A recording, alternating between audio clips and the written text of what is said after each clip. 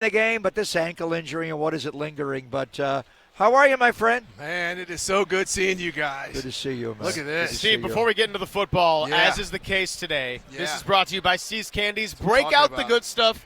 You get to draw a card, and we have an activity for you. Man. Maybe it's a blind taste test. Maybe it's trivia. I am hoping I draw the peanut brittle because their peanut brittle we just is had all peanut that- punch Tillman on. Well, I There got you a blind taste test. Oh, these are Let's hard. go. These are hard. These are tough. These are hard. These are tough. All Oh, right, here we man. go. Do not Let sandbag me with let me give you a coconut. hint No on this. coconut. We are near the Napa Valley, Yeah. so think why. And you're I'm dressed wearing like I'm you're wearing ready my as Pinot you're my Noir. sommelier. I'm on the Pinot So Noir think palette. that as you taste it, think that. That was a healthy bite. Man, I love cheese. That's good. So am I supposed to identify this? Yes, you you are. You are. You may catch a buzz a little bit as well. Well, I was down with that. But it doesn't taste anything on the wine scale. Nothing? No. All right. No, I'm assuming this is like an almond butter type of almond Is it butter close? milk chocolate. Is it close? That's actually a pretty good guess. It's a dark Bordeaux. Bordeaux. Oh, That's what we and want. We want the Bordeaux. I know Bordeaux when I But see Bordeaux's a a Bordeaux. region, not a creamy- flavor. Yeah. Yeah, I know. Creamy brown sugar, soft center.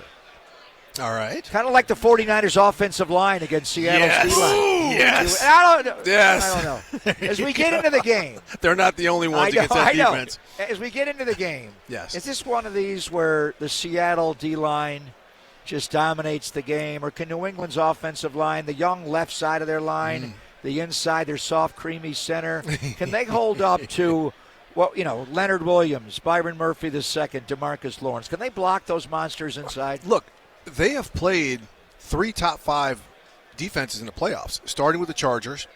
Right, Tuli Tuipulotu was one of the top sackers in the NFL this year. Then they go against Houston, and we know that's a buzzsaw. And then they go up against Denver. And here's the thing, like Drake May's been sacked 15 times in the postseason. He has taken a pounding, but they have found a way. So I on paper, I don't see it on paper. Seattle at all 3 levels is just outstanding. It's not just their front. Their front is successful because their back end is so good, much like the old 49ers defenses. I mean, the guys in the back end would lock up so the guys in the front would get to the quarterback, back in the Justin Smith and Aldon Smith era and guys like that. So on paper, no, but there's just something about Drake May. He somehow takes a beating and gets up and makes something happen. And this will be the first game. Here's a crazy nugget for you. The first game this playoffs that New England will have played that's under 38 degrees. So I want to see them like.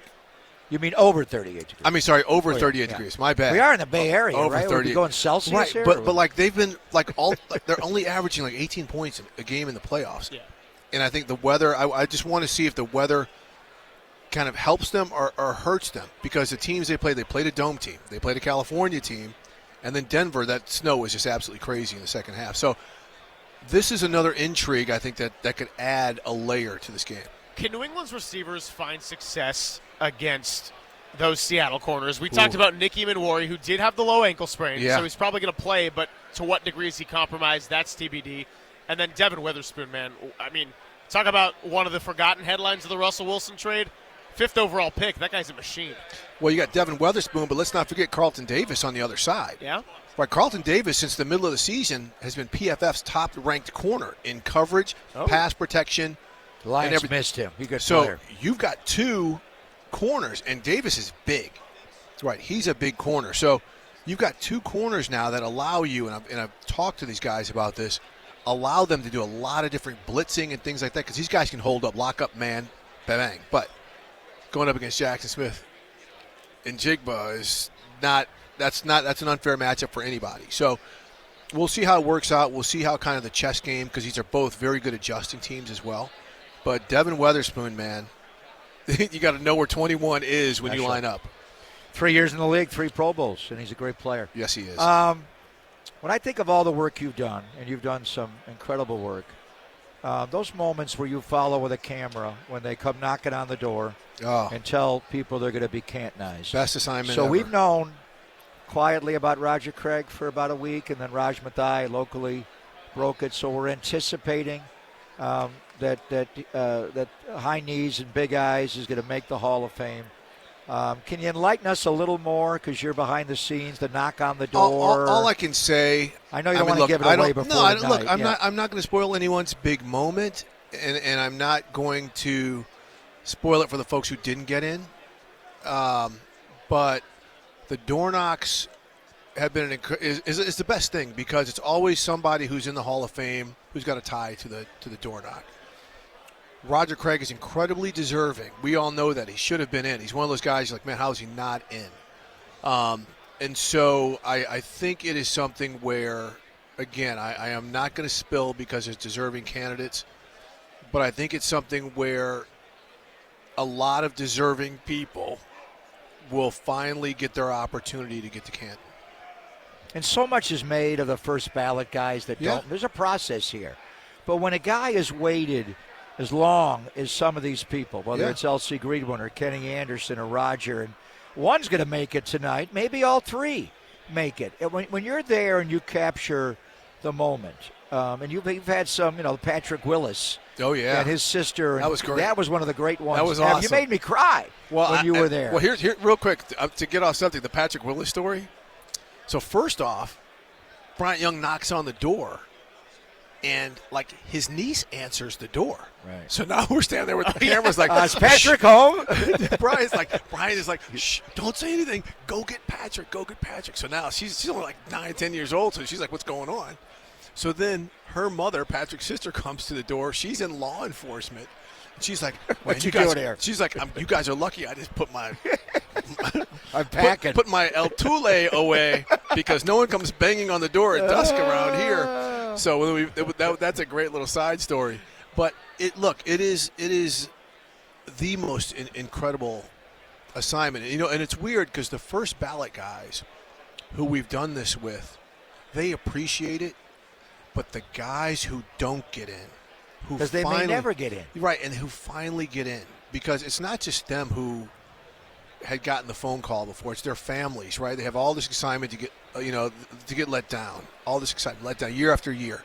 So when they get in, man, it means so much for these guys to finally make it. I mean, no matter the level, how many years you're waiting, it's one thing, but the guys who waited, it seems to resonate a little bit more. I was there at Canton in 2016. I actually think went out to a Steak and Shake or something with Steve Wyche. Yeah. You did? We were there. You had a Steak and Shake in Canton, One Steak and Shake, that's the Combine. Oh, wait, no. No, we went to a place called Jersey's. There It's a nice sports bar. All right. And it was the year that Favre got in, and it was the year that Eddie DeBartolo got in. But for Eddie D, it was so cool because I'll never forget David Baker, actually, moments before he had to cancel the Hall of Fame game, was like, for all these guys, it's about their legacy. For Eddie, it was about redemption, and it was kind of cool to see two sides of it. So, oh yeah, that was 10 years ago when the game was here. Yeah, yes, it was. Yeah. So no, that was. So maybe 10 years later, another former 49er great Could that be. had to wait a little Could while. be. High knees and big eyes. Could be. You tried to spill it, man. No, Raj Mathai already. We'll figure it out tonight. We'll see. We got to wait. You got to watch Honors tonight on NBC. We are going to watch. What are you looking forward to about Honors? I mean, I think where's about Kyle Shanahan going to win? That I don't know. I do know who's going into the Hall. I know you do.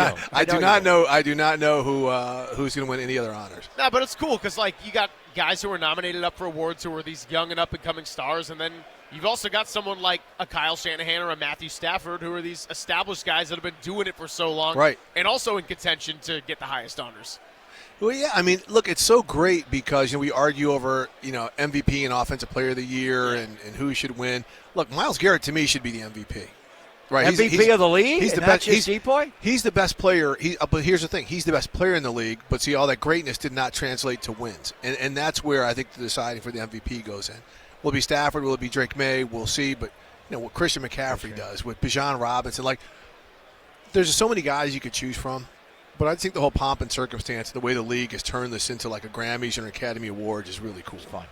Absolutely. John Hamm going to be hanging out tonight. Yeah. You were hanging with him last night. Awesome. Aren't you? Big That's St. a flex. Louis Blues fan. Hey, he's dropped a Gary Younger on me. I'm a St. Louis guy too. Yeah. The only thing is he's also a Kansas City Chief fan, so he had to.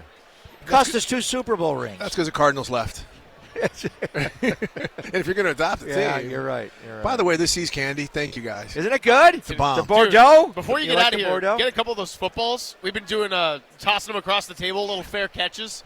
They He taste played. delicious. Steve's going to hit it right here. Fair catches. Oh, What? Give me I was hanging with Pacman Jones last night.